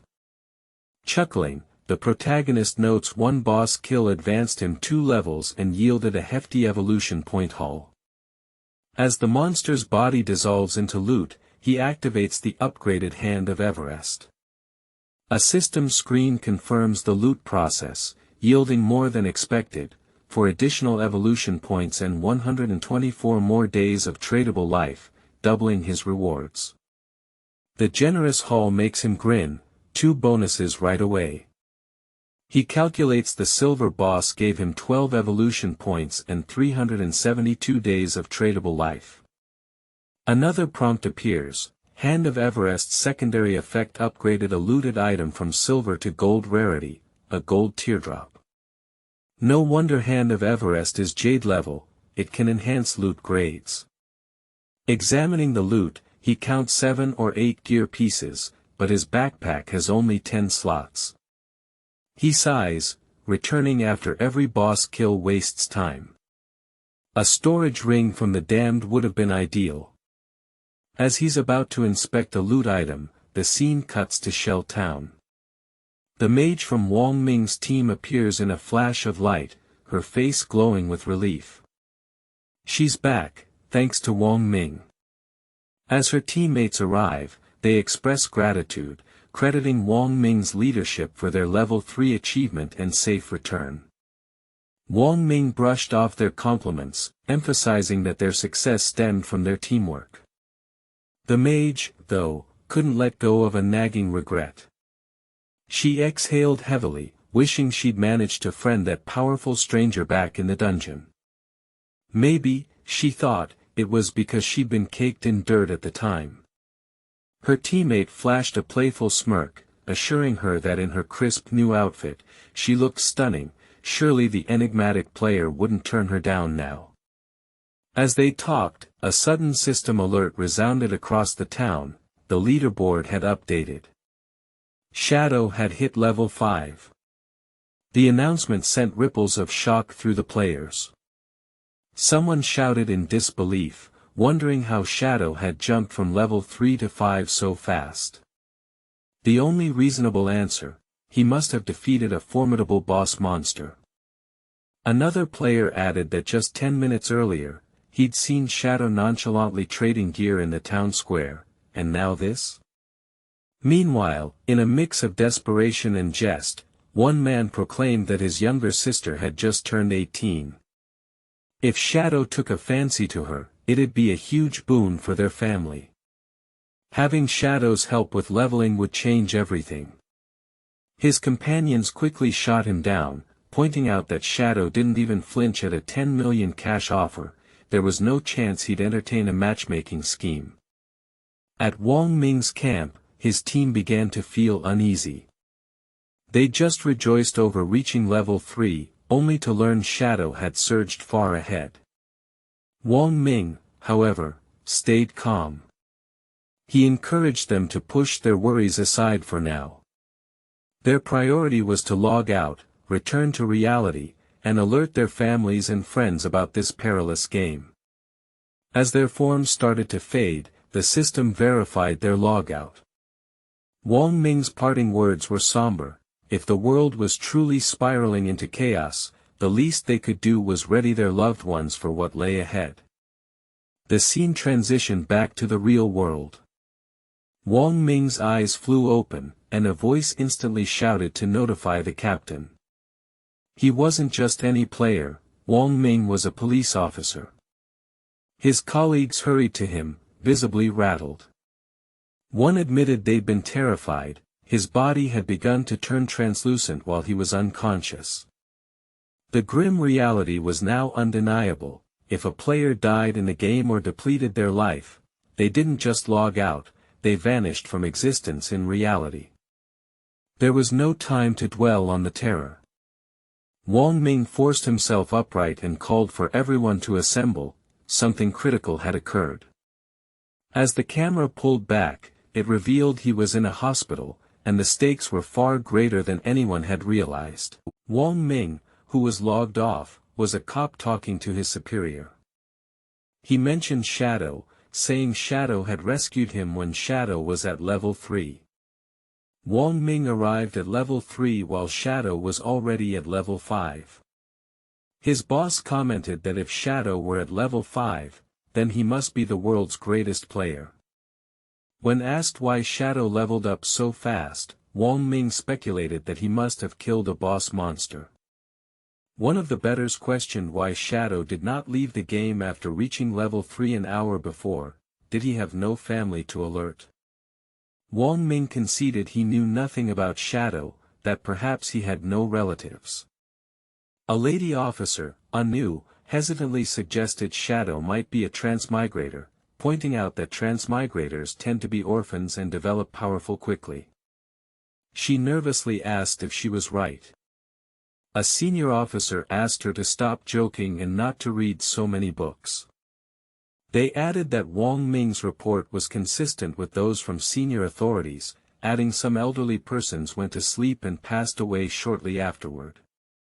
They found that if their life in the game reached 0, they died in real life. One officer referred to this glitch as unusual, speculating that they were being infiltrated by unknown higher forces. The highest-ranking officer announced that highest authorities had issued an urgent command for the Vanguard team to research the game, exchange information by location, and quickly assemble a big, professional army. This was an international crisis, and all countries were in a hurry to know the game. Lagging behind would be equivalent to losing international influence, so they had to collect information by any means necessary. They appointed Anu as team captain and Wang Ming as vice captain, with the power to choose their team. Anu's nature was considered perfect for investigating Shadow, and their objective was to discover Shadow's real identity as soon as possible. As they left, the world hung in the balance of change, peace was rapidly disappearing. The action shifts to Xinsha School, where students are discussing among themselves. All who had slept in the same district had turned up in the same village in the game. Another girl said she had to go home and play the game with her parents. Qin Sha gazed at his phone, angry that with something so significant happening, his brother had not called or apologized. His brother used to come and apologize whenever he was angry, but this time, there was no visit or call. Qin Sha had attended only a concert, but his brother remained quiet. He promised himself that if his brother did not apologize, he would never forgive him. He was thankful for having been at the concert the day before, because the beginning of the game would not allow him to watch S.Fei. He understood that if he and S.Fei both played the game, he could look for him and form a party with him. Remembering that someone had reached level 3 and came back to reality, he messaged him for game advice. The friend, excited that even the school goddess was asking for his opinion, believed he could charm her. He told her to put all spare points into agility stats. When she asked him about playing as a wizard, he told her it would allow her to cast spells quicker. He promised to walk her through the game when he got back. She brushed him off, believing all guys were idiots and only S.Fei can guide her around the game. She was looking forward to encountering S.Fei there. Qin Feng, on the other hand, had looted treasure from the monster he had slain before. Included among the spoils was a ring that increased all attributes by 32 permanent points equivalent, and double damage. He also learned a new skill, Shadow Slash, a strong area of effect attack that teleports him and gives him invisibility. He learned it and gained development points, making his greedy hand skill go to diamond rank, which doubles rewards from killing monsters. He used excess points to upgrade Shadow Slash, increasing its attack range and damage. He also learned other skills that he was going to sell for extra lifespan. A noise caught him off guard, and he turned around to see monsters rushing. He perceived it as the ideal opportunity to try out his skills. Releasing his talent, he annihilated all the monsters in a single blow. His ability had become enormous, and using skills together could make him invincible at his level. To materialize his skills and equipment, he required 3 years of lifespan, but he only possessed 2. He'd have to sell all his equipment and skills to acquire enough lifespan. After he hit level 10, he was able to transfer game skills and gear to the outside world. The moment Shadow picked up his loot, he headed into the city to sell his plunder. As he strolled along, he overheard a voice and turned around to find Lizzie and her crew chatting. One of her teammates welcomed her to level 3. The guy who had helped her badgered her to make good on her promise. She promised him not to worry, explaining that her dad was a successful industrialist. Wanting to get back to reality, she handed him her phone number and requested him to call her later. She told him to sell the tradable lifespan he had acquired from hunting. Shadow, employing his stealth ability, overheard their conversation while making a getaway. They talked about Shadow, explaining that he had rejected the woman's proposal and lost out on money. The guy thought that although the game influenced their lifespan, he could just earn more, and only those people who benefited from the game were geniuses. Shadow arrived at the city and opened up the teleportation gate in Shelltown. He was certain that he was able to get to another city through the gate, but one needed someone at the destination city to open their own gate, which required level 5. As he was about to depart, he understood that teleporting wasn't the main challenge. His real objective was getting to level 10 in order to have access to the game's abandoned zone, where the true game started. He opened his shop in the city, and gamers went to it in crowds, attracted by his previous sales that had increased their levels. All wanted to purchase from him. Another hoped to get a warrior class skill book, but complained about the cost without knowing its worth.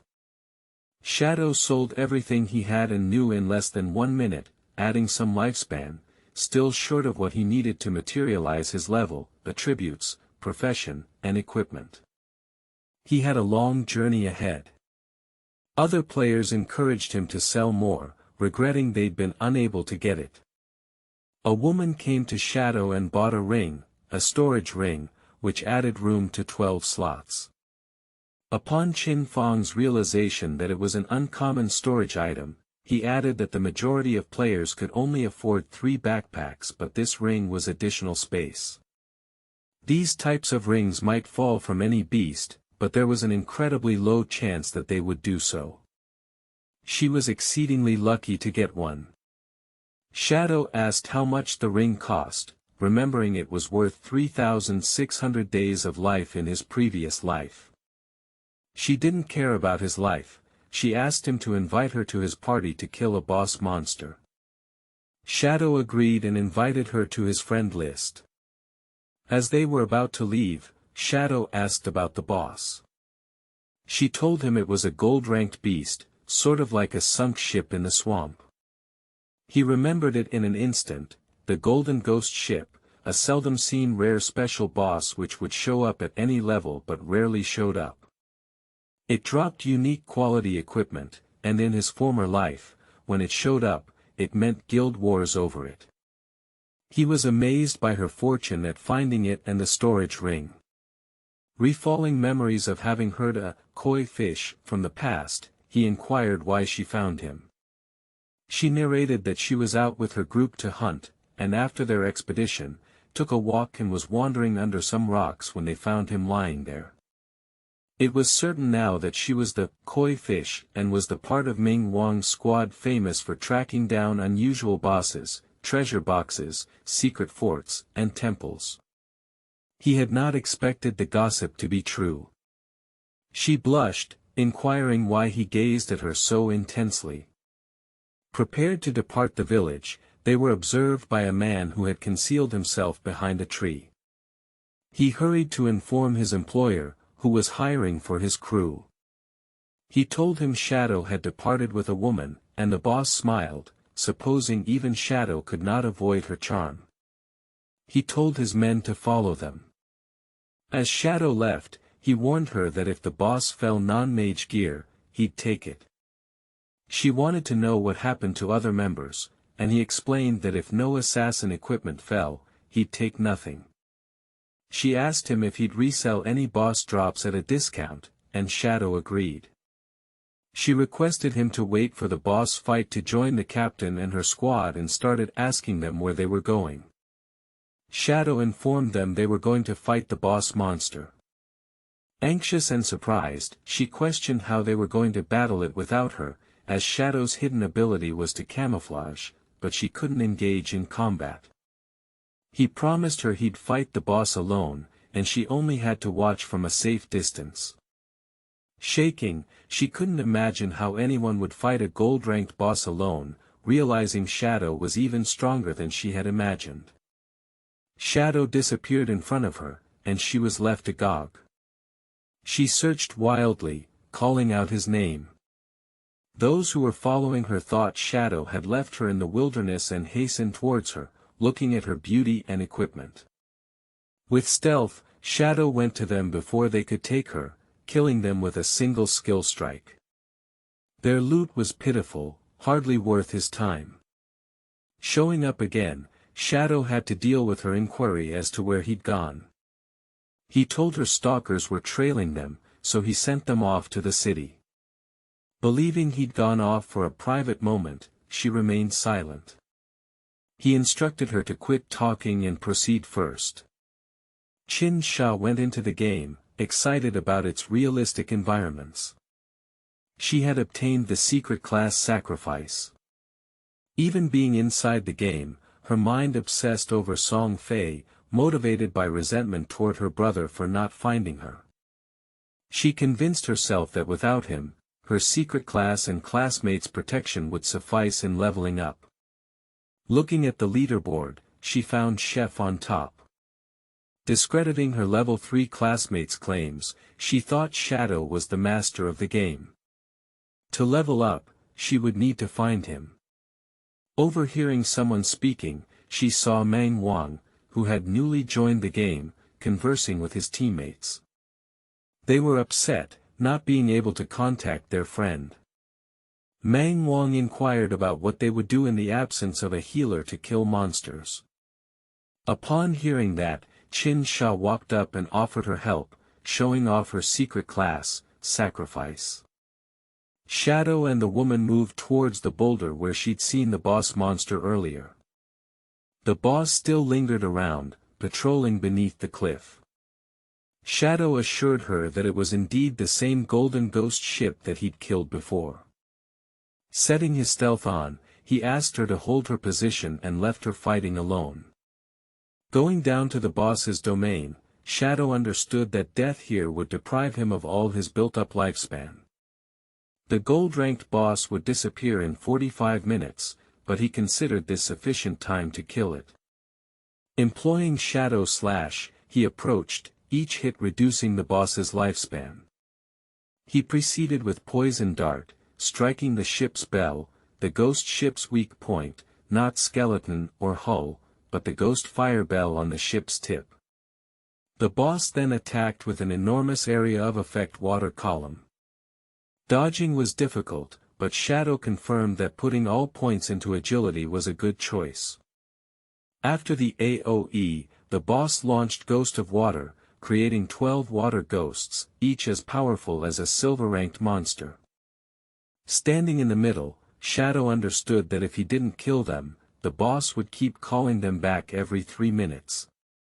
Incorporeal, he tried to find the ideal spot to take them out in one attack, carefully picking them off one by one. The woman, standing up there, was stunned. She had heard Shadow was number one, but his strength was incredible. All she could see was him flashing in and out, the boss powerless to retaliate. Shadow addressed her as Small Black and told her the boss's next attack could kill him shortly.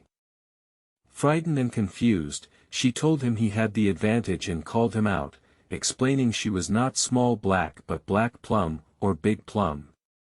At that point, players came into the zone, the same group Shadow had already killed for harassing them. Having seen nothing previously, they'd brought reinforcements to kill him.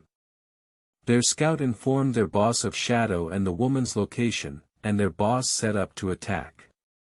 The boss monster, half health now, unleashed its final attack, Soul Surge, a huge AoE that froze players for 5 minutes. Shadow, trapped in the freeze, couldn't get away. The boss saw him and attacked with a water column, killing him. When he died, he fell and dropped an untradeable lifespan of 1 year and a tradeable lifespan of 3 years. The following players celebrated, thinking even a powerful player like Shadow could not manage a gold-level monster. Observing his drop, they recorded the boss's half-depleted health. If they could kill it, they'd take his lifespan. Abruptly, the clouds dispersed, and a glorious moon became visible. Its magnificence amazed them, yet the shining moonlight evoked apprehension. The scene transitions back to the beginner's village, where a band of familiar fools stands, looking as bewildered as ever. One, still panting, questions aloud how Shadow could slice the gold-tier boss's health in half when it's meant to be so formidable. Another chimes in, muttering that they barely stepped into the swamp before being decimated by the boss's water pillar assault. Their leader, however, is far from pleased. His face contorted with irritation, he snarls that their defeats are intolerable. Determined not to let it end this way, he commands his group to return for a rematch. Meanwhile, at the swamp, our hero lands gracefully, surveying the scene before him. Lifespan loot orbs are strewn everywhere, a true windfall. Without delay, he calls out to Plum, inquiring what happened and why so many orbs are scattered about. Plum, chuckling at his swift return, explains that a cocky group of players charged in, believing they could conquer the gold-tier boss. Sadly for them, they were swiftly eradicated by the monster's water columns. At this, our hero laughs softly. Classic. He remarks that those idiots clearly overestimated their abilities. Reflecting on his past life, he recalls the torment this golden ghost ship boss inflicted on him back then. Focusing, he studies the boss's attack patterns. The immobilization ability, a one-off tactic. After that, its remaining health is manageable, at least for him. Typically, when the boss's health dips below half, it might teleport away, exasperating most players. For him, it's merely a slight nuisance. Without pause, he triggers his poison dart skill, precisely targeting the ghost ship's vulnerable spot, the glowing bells dangling from its mast. The strike hits perfectly, and the golden ghost ship readies a counterattack, its core pulsing with menacing purple energy. Unfazed, our hero, still shielded by invincibility, charges forward, a faint grin forming as he notes he's already mastered its movements. In a flash, he closes the gap and unleashes a lethal instant shadow slash, his blade cleaving through the boss with flawless accuracy. Nearby, the same group of fools from earlier reaches a cliff overlooking the fight. One hurriedly points out that Shadow is back, once again battling the golden ghost ship boss. Their leader, still seething, sees this as the ideal chance to strike. With Shadow and the boss engaged, they could eliminate both and seize the rewards. Plum, spotting their arrival, isn't shocked, trouble trails these idiots like a shadow. As the battle nears its peak, she knows she can't let them meddle. Without hesitation, she casts a lightning-based spell, her form sparking with energy before hurling a powerful bolt at the group on the cliff. The attack lands true, knocking their leader and another hapless follower to the ground, electricity coursing through them. Stunned and singed, the leader staggers up, searching for the attack's source. One of his men, still shaking, points to Plum, confirming a mage is to blame. The leader's fury twists into a wicked smirk as he grabs his weapon. Signaling his crew to attack, he shifts their focus entirely to her. Realizing she's now their target, Plum bolts, shouting for aid as the fools chase her with relentless focus. Hidden among the trees, other players quietly watch the chaos unfold. Unlike the reckless group pursuing Plum, these observers remain calm and calculated, their eyes fixed on the true prize, the duel between Shadow and the Golden Ghost ship. Circling the massive ship-like entity, our hero stays composed. The fight is nearing its end, just as he predicted. Though only a level 5 boss, the Golden Ghost ship is a tough foe, especially solo. The battle has dragged on longer than anticipated, largely due to his limited damage output, and the prolonged fight has drawn unwanted attention. He's keenly aware of the threats around him, the group on the cliff, now distracted by Plum, and another near the swamp, biding their time.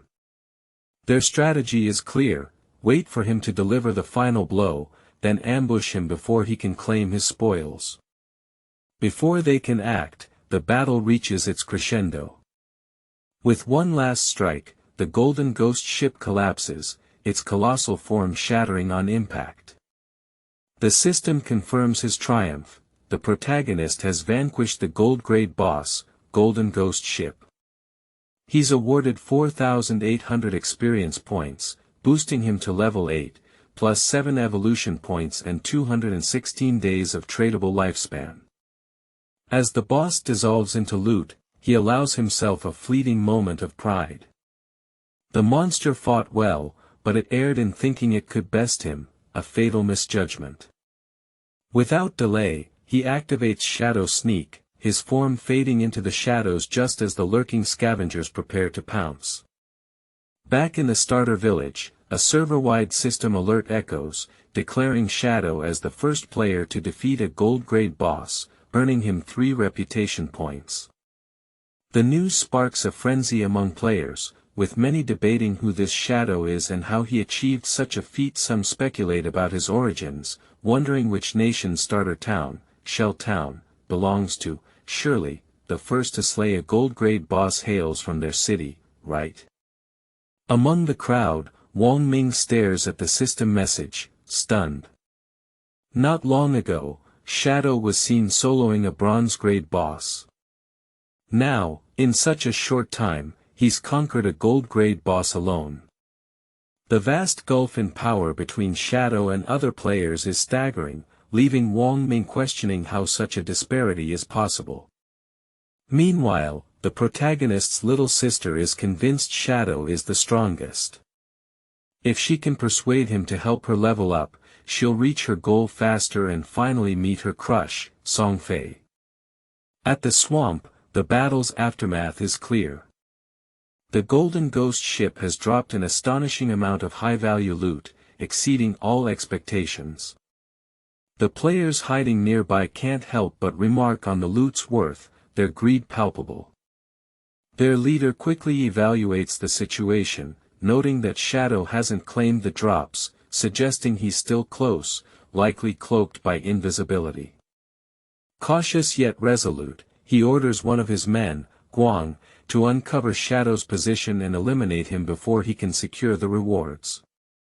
Guang acts swiftly, knocking an arrow and infusing it with energy until its tip glows vibrant green. As he fires, the arrow morphs midair into a phantom-horned eagle, a tracking skill designed to find hidden targets. The spectral bird soars over the battlefield, scanning where Shadow vanished. It soon locks onto a presence. Still concealed, the protagonist instantly recognizes the skill, Phantom Horned Eagle, a rare anti-invisibility ability he didn't expect so early in the game. It explains the group's confidence in hunting him. But their effort is in vain. Though the skill is impressive, it's only level 1. Unbeknownst to them, his assassin class grants a +1 invisibility level, rendering their detection useless. The eagle can't pierce his stealth. For now, the chase continues, but Shadow stays one step ahead. Back with the group, Guang, having scanned the battlefield with his eagle and found nothing, turns to his team. He assumes Shadow fled upon seeing their numbers. There's no other reason the eagle failed. Their leader chuckles, amused by the apparent retreat. Shadow knows when he's outmatched, a wise choice. With this belief, he leads his crew toward the scattered loot, their confidence swelling. Still, he remains cautious, reminding his team to stay vigilant. The boss loot ownership timer is 5 minutes. If unclaimed, the drops become free for all. They just need to wait. But as they grin in anticipation, a dark figure glides through the shadows. Before they can react, Shadow strikes, his instant shadow slash unleashing a wave of dark energy that obliterates the group in an instant.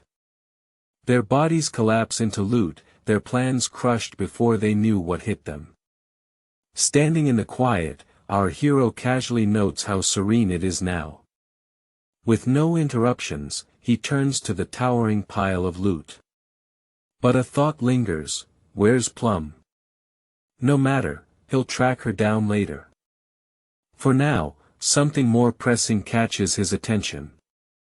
With enough evolution points, he opts to enhance his Hand of Avarice skill before collecting the loot. A system notification confirms the upgrade. Hand of Avarice has evolved from Diamond to Epic rank. The system outlines the improvements: a 220% to 300% chance of extra loot from monster corpses, with all additional drops guaranteed to be 1 tier higher. Seizing the opportunity, Shadow extends his hand toward the glowing loot orbs. Knowing the skill ensures extra drops, he gathers all the orbs into one spot, maximizing his haul. As he does, a dazzling light engulfs the area. The activation of Hand of Avarice triggers a brilliant display. A cascade of system alerts floods his vision. 7 evolution points awarded 3 times. A total of 216 days of tradable lifespan granted 3 times. 2 special items, Ghost Fire Bells, secured. Clutching the pair of Ghost Fire Bells, Shadow marvels at his fortune. Not just 1, but 2. The system elaborates: the Ghost Fire Bell, a unique item, prevents lifespan loss upon death, with a 1560-second cooldown. It boasts 3 abilities: a passive Soul Absorb, boosting monster lifespan drops by 20%, doubled if 2 bells are equipped, an active Soul Shock, which, when rung, freezes enemies within 100 meters for 3 seconds, with a 521-second cooldown. As an item, not equipment, it doesn't occupy gear slots, and both bells fit in one inventory space, a rare, efficient treasure. Shadow quietly revels in his luck. This haul was more than worth it. His moment of triumph is interrupted by a familiar voice cutting through the swamp. Plum's frantic cries for help prompt him to demand her whereabouts. The scene shifts to Plum, cornered at a cliff's edge, the foolish leader and his cronies closing in. The leader taunts that she's evaded them for a while, but her escape has run dry. One of his underlings suggests she surrender, promising a pleasant ascent to the afterlife. Plum, glancing at the sheer drop below, weighs her options. In a daring move, she leaps off the cliff, leaving the group stunned. The fall is brutal, her impact draws blood from her head, and as her body dissolves into loot, the leader grudgingly admires her resolve. Jumping to one's death takes guts. Back with our hero, Plum messages him, saying there's no need for rescue, she's already perished and respawned in the starter village. She admits the death was agonizing, but thankfully, their party's tradable lifespans are managed by their captain, Wong Mang. The protagonist instructs Plum to wait in the starter town, promising to deliver her share of the loot upon his return. She agrees eagerly. Breathing a sigh of relief, he turns his attention to his spoils. His gains are substantial, 3,115 days of tradable lifespan and 21 evolution points. He considers upgrading his Hand of Avarice, but a system notice informs him it's already epic tier, requiring 210 evolution points for further enhancement, far beyond his current 3. Recognizing that higher skill tiers demand exponentially more points, he pivots to boosting his attack skills. Greater damage output will help him tackle stronger bosses, amplifying his loot haul. As he upgrades his attack skills, a golden glow envelopes him. A system window announces that his instant shadow slash has advanced from platinum to diamond rank. The skill's range in one direction extends from 21 to 24, then 27 meters. Its invisibility duration grows from 7 to 8, then 9 seconds, enabling 5 to 7 slashes against all enemies in its path, with the skill's total duration extended by 10.43 seconds. Each slash's length increases from 3.1 to 4.1 meters, dealing an additional 300 damage per strike. Another alert confirms he spent 10 evolution points, leaving 3. His backstab enhancement skill also upgrades to gold tier, boosting backstab damage from 15% to 30%. Examining his hand, still aglow with golden energy, he notes that after 2 evolutions, instant shadow slash's damage has doubled. Even outside stealth, he can deal 3,000 damage using stealth breaking effects. Combined with backstab, the 7 slashes could yield 6,000 to 7,000 damage. Reviewing the system, he observes that gold-tier boss loot typically yields 2 to 4 silver equipment pieces, with a slight chance for gold gear. Thanks to Hand of Avarice, he secured 11 gold equipment pieces, skill books, 2 platinum equipment items, and 1 platinum skill book. The haul is impressive, especially since 3 items suit assassin characters. He also receives a ghost ship dual blade, a platinum assassin weapon, boosting attack power by 136, agility by 22, and attack speed by 24%. It offers 17 points of armor penetration and requires level 5, which he exceeds. The system notes its sole effect: normal attacks deal double damage. Holding the blades, he remarks that while the effect is lackluster for his skill-reliant playstyle, the high base attack, agility, and attack speed, enhancing skill casting and reducing recovery, are valuable, especially with armor piercing. Another alert introduces the Ghost Fire leather armor, a gold-tier item increasing physical defense by 25, fire resistance by 50, and blocking 14 damage points. It adds 419 health, requiring level 5. Equipping it, he notes his base health remains 350, as he hasn't upgraded Constitution. The armor's 419 health boost is significant, making him nearly untouchable to most players.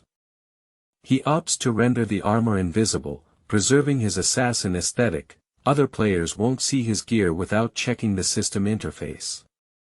Among the loot, a final system window reveals a skill book, Ghost Shadow Blur, a gold-tier passive assassin skill granting a 15% dodge rate and, when activated, full damage immunity. He declares it a true assassin survival skill but recalls its weakness: dodge rate is hard to scale in this game, and focusing on it weakens other stats, risking disaster if it fails. Unlike others, he can infinitely evolve it with evolution points, boosting dodge without sacrificing attributes. Heading to the starter town, he notes the remaining loot, items for warriors, priests, and archers. Per his deal with Plum, he plans to sell these to Wang Mang's team at a 10% discount. Though they may lack funds now, Wang Mang's character suggests he'd accept credit. Reflecting on his gains, he credits Plum, whom he fondly calls Little Black. Without her uncanny luck, he wouldn't have faced a level 5 golden ghost ship boss. Gratitude swells as he continues toward the village. The fools who chased Plum are also returning, their leader visibly irritated. When their eyes meet, panic erupts. The minions bolt, abandoning their leader, who scrambles to flee. Calmly, the protagonist activates his latent image skill and, with measured precision, unleashes instant shadow slash, wiping out the minions. Only the leader remains, desperately running. The protagonist materializes before him, effortlessly blocking his path. The leader begs for mercy, admitting his error in attacking Plum, vowing never to repeat it. In desperation, he calls the protagonist, Daddy, claiming less than a year's lifespan and that death here would end him. Coolly, the protagonist asks if the leader ever considered his own fate while targeting others like Plum. He then casts Poison Dart, dealing damage every 5 seconds. The leader writhes, bleeding, green liquid seeping from his head as he screams in pain. Continuing his journey, a red aura surrounds him, and a killer title appears above his head. A system alert warns that excessive player kills have earned him the first layer of killer status, causing a 75% lifespan loss upon death. He shrugs it off, confident that the Ghost Fire Bell's protection ensures no lifespan loss, even if he dies carelessly. Arriving at the starter town, he deactivates stealth, startling other players. Some whisper that Shadow has returned after slaying a gold-tier boss. A team that previously ambushed him during the ghost ship fight confronts him. Their leader accuses him of exploiting glitches to solo the boss, explaining the lack of loot drops. He also questions the protagonist's lack of visible gear, unaware of the invisible armor strategy. Sensing the protagonist's anger as he approaches, the leader hastily offers an assassin skill book, admitting their attack was a mistake. They spent lifespan to acquire it, urging him to take it and move on. Accepting the book, a system notice reveals its Impale, a common assassin skill dealing 20 extra damage with a 2-second stun, on a 22-second cooldown. Recognizing its control potential, he takes it and walks away. One team member, furious, turns to their leader, Xia Sha, ranting about their defeat and having to appease the protagonist with a skill book, a cowardly act.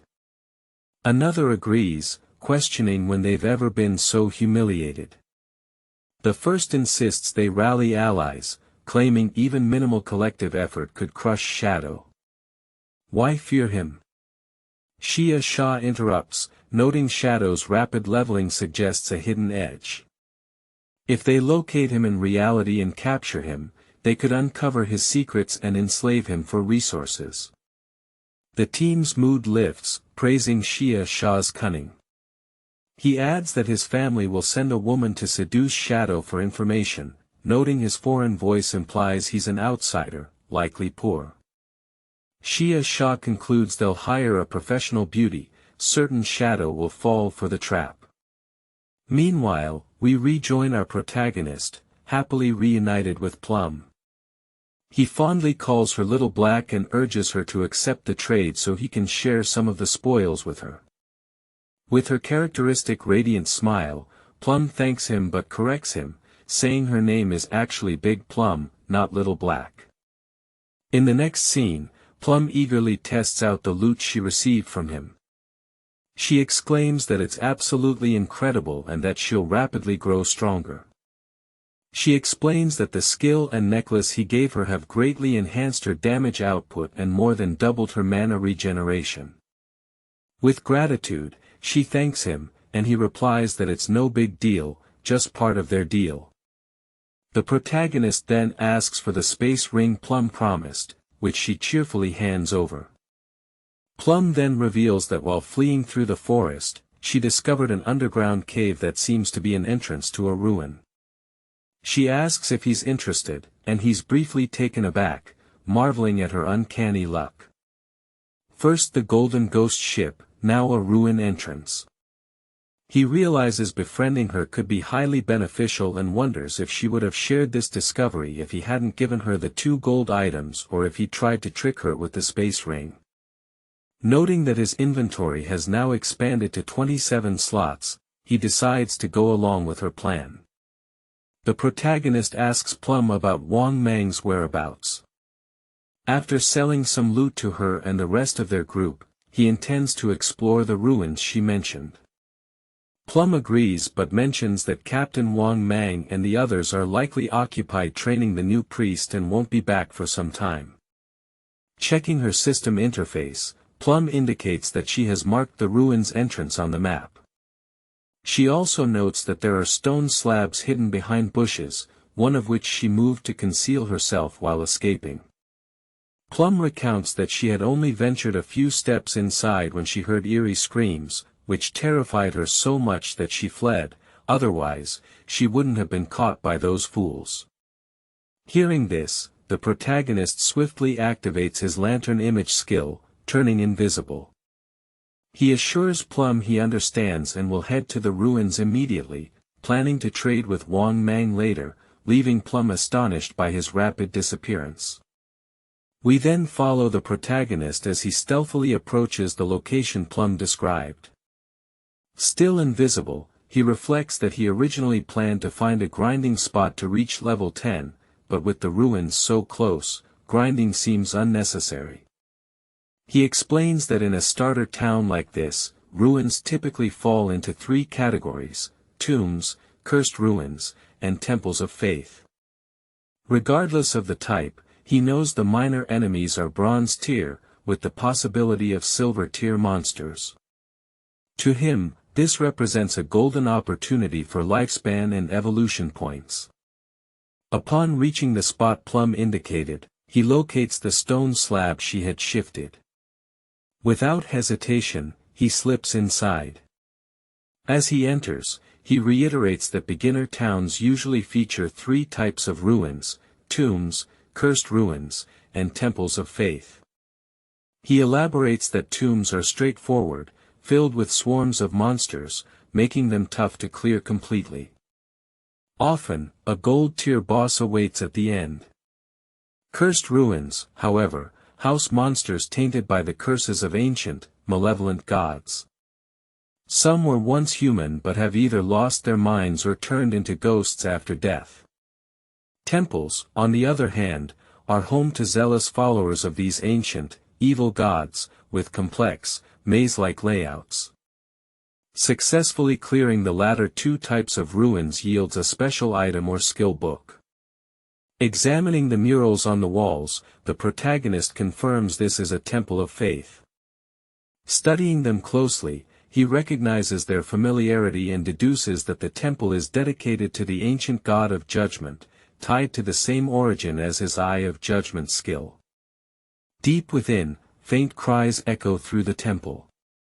The scene shifts to a dense forest where Wang Mang is engaged in a fierce battle, deflecting relentless attacks with his holy shield. He struggles to hold his position. Suddenly, a monster unleashes a thunderous roar and sends him crashing backward with a powerful blow. Despite his defenses, the attack's sheer force inflicts damage. As he hits the ground, the protagonist's younger sister stands frozen in shock. One of Wang Mang's teammates urgently yells at her to heal him, questioning why she's just standing there. But she's paralyzed by fear, unable to act. She doesn't even know how to trigger her skills and desperately pleads for guidance. Before anyone can respond, the monster closes in. Wang Mang's teammates, realizing they're doomed, make a final plea for her to heal Wang Mang, their tank. Instead, She collapses in terror, whimpering that she's scared. It's clear our protagonist made the right call in leaving his sister behind. But let's move on. Next, we see Wang Mang and his team respawning back at the starter town, clearly having been wiped out by the monster. They're visibly frustrated, and Plum, with her usual cheerful demeanor, greets them, asking why they're back so soon. She informs them that Shadow hasn't returned yet, so they can't buy equipment from him. However, Wang Mang's party members have had enough of the protagonist's sister. They begin berating her harshly. One exclaims that they've never seen someone so incompetent. She doesn't know how to dodge or use skills, so what does she know? This outburst catches Plum off guard, as it's the first time she's seen her teammates this furious. Plum quickly steps in, shielding the protagonist's sister, who's on the verge of tears. She asks the team why they're being so harsh, pointing out that the girl is clearly a novice, and dying once is normal for beginners. But a furious teammate tells Plum to step aside, declaring he's going to scold the girl to death. Another teammate clarifies that they didn't just die once, they died 3 times in less than an hour, leaving Plum momentarily speechless. Still, with her kind heart, Plum suggests they let her join the team. She reveals she recently received 2 valuable items from Shadow and assures them that with her help, they won't die even once. Wang Mang, trying to calm the situation, agrees that Plum's idea isn't bad. With her on the team, things should run smoother, and they might even run into Shadow later. The protagonist's sister apologizes, promising to try harder, but inwardly, her true feelings surface. She thinks Wang Mang and his group are failures who can't handle their own problems yet dare to blame her. If not for their connection to the expert Shadow, she wouldn't have bothered with them.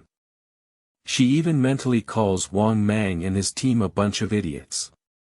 Back to our protagonist, he ventures deeper into the temple, glancing at the dilapidated walls. The noises from earlier grow louder. Ahead, he spots 2 figures kneeling at the center of what appears to be a temple chamber. The system identifies them as devout followers of the ancient god, known as the Judged, level 10 silver tier monsters. Without delay, he activates his latent image skill, becoming invisible. In a flash, he uses instant shadow to blitz the Judged. Though his attack lands perfectly, the monsters lose only a fraction of their health. He notes that even with maximized damage from breaking invisibility and backstab, their health barely budges. As expected of level 10 silver bosses, their combined health surpasses even the gold tier golden ghost ship monster he faced earlier. He also observes that the devout followers kneel again, this time toward him, as if in worship. Despite being in stealth, he wonders if they can sense his eye of judgment. Could that explain why they aren't attacking but instead showing reverence? Testing his theory, he asks if they can guide him, but they don't respond. He concludes they've long been corrupted, decayed, and driven mad, now mere beasts existing to steal human lifespans. Suddenly, the followers grow agitated, as if detecting something. They lunge past the protagonist toward the temple entrance, their hands glowing with a venomous energy. A group of players has just entered, and upon seeing the approaching threat, they shout warnings to each other. The protagonist watches as the players, realizing they can barely handle one silver tier boss, panic at the thought of facing 2. They try to flee, but before they can escape, they're completely wiped out, leaving behind a massive amount of lifespan. The protagonist recognizes the fallen players as the Grey Rose team, who previously bought a snow cone spell from him. He hadn't expected them to find this ruin, but their gear clearly wasn't up to the task. Kneeling to collect the loot, he's surprised to find they dropped over 100 days of tradable lifespan. He hadn't thought they were that wealthy. Meanwhile, the devout followers continue bowing in reverence, as if still worshipping him. After thoroughly searching the temple, the protagonist finds nothing, no traps, no treasures. Frustrated, he wonders if these two silver mini-bosses are the only things of value here. Deciding to finish them off, he summons his poison dart skill and lands a perfect shot to their heads. A system window appears, confirming the kills.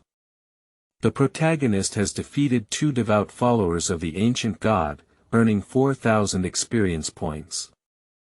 The system congratulates him on reaching level 9 and gaining 4 evolution points, along with 188 days of tradable lifespan. Using his Hand of Averest skill on the loot, he's stunned by the results. He marvels at the power of an epic tier skill like Hand of Averest. His evolution points rise to 32, and he now has 154 days of tradable lifespan. Additionally, he acquires several gold tier items and 10 silver tier items, including a gold tier assassin accessory, the Pendant of the Faithful. The system explains that it boosts agility by 15 points, reduces cooldowns by 20%, requires level 8 to equip, and has a unique effect, summoning a silver tier devout follower to fight for him with a 600-second cooldown. Examining the necklace, he notes its impressive stats. The 20% cooldown reduction significantly boosts his combat efficiency. His stealth skill cooldown drops from 22.65 to 19.25 seconds, poison dart from 4.35 to 3.75 seconds, and instant shadow slash from 10.45 to 8.85 seconds. He decides grinding just became far more efficient, especially since his other gear also requires level 8, and no one else can use it yet. He plans to hold on to it for now and sell it later. Suddenly, as the protagonist approaches the temple's mechanism, the entire structure begins to shift. The floor beneath him descends like an ancient elevator. Curious, he wonders if it's truly a lift of some kind.